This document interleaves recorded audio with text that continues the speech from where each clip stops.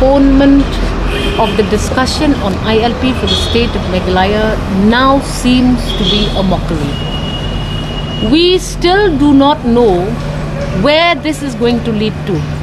All that while there was this appeal and there was this necessity made out to be that all 60 MLAs should go to Delhi to meet the Honorable Home Minister to discuss and press forward on the matter of ILP.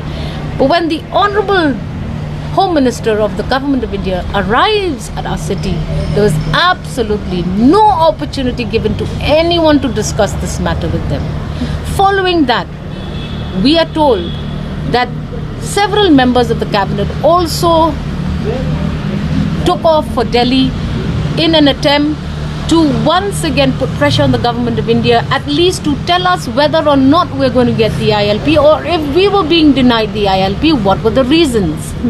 But even that hasn't taken off, and we heard from the Honorable Chief Minister's press briefing himself that it seems as if they were concentrating their discussions along the MRSSA Act. So it is still very unfortunate that now again they have given themselves another deadline for some time in March. Now see how you're postponing this decision taken. We in the Congress, because we were privileged to be part of governments in the past, were already told in many words that ILP would not be something that the state of Meghalaya should implement. But then when you argued with the UPA, when we argued with the UPA at that time, it made it look like it was a little different in terms of the legal background of the implementation of ILP in the state of Meghalaya. But after the CEA was announced, and after Manipur themselves, who were also facing similar legal problems like the state of Meghalaya, were given the ILP, then we kind of were taken aback.